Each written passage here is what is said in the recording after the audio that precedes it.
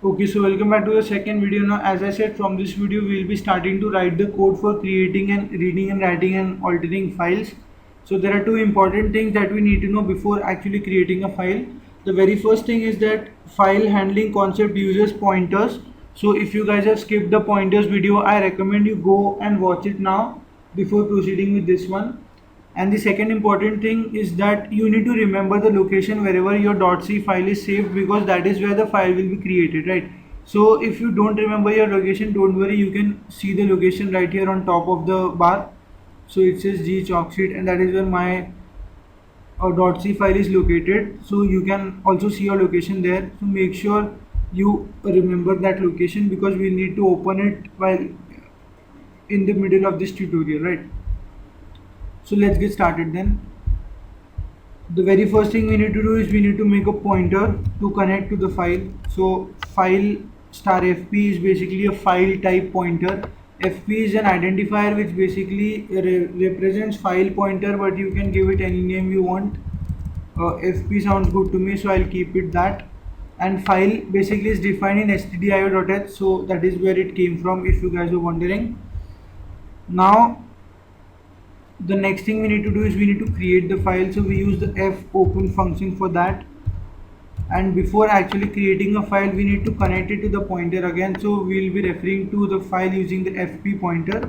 In the first double quotes we need to write the name of the file. I want to call it sample.txt, and in the second double quotes we need to mention the mode in which we want to open the file. So I want to open it in write mode. We use W for write mode, R for read mode, and A for append mode, right? Now from these two statements we have created a new file,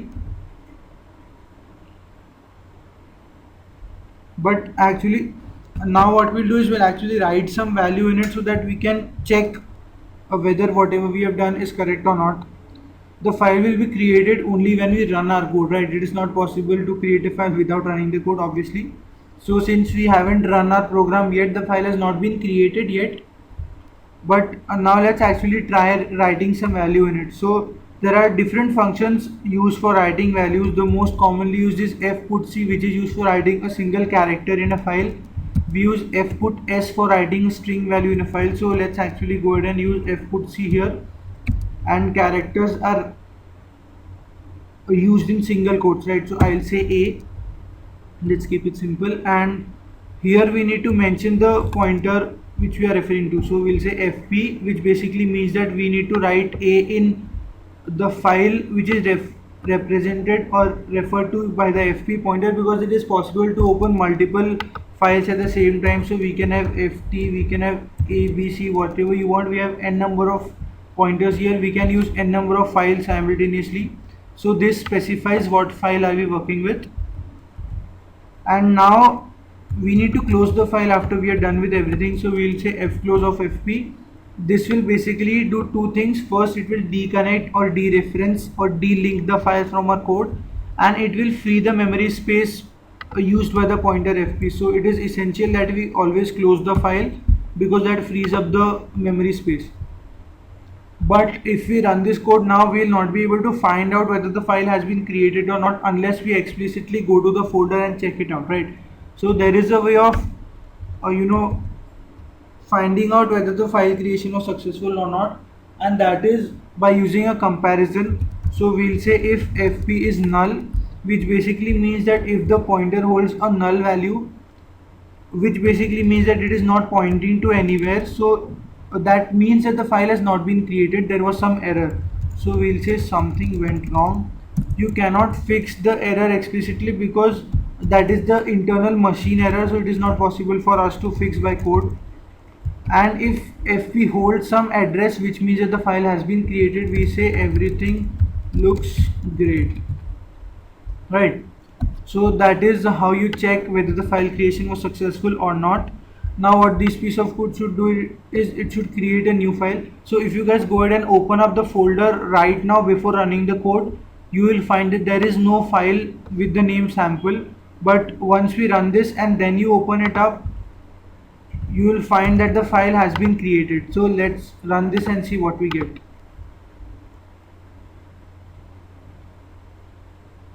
So there we go, everything looks great, which means the file creation was successful. Now before actually opening the folder, I want to tell you guys this.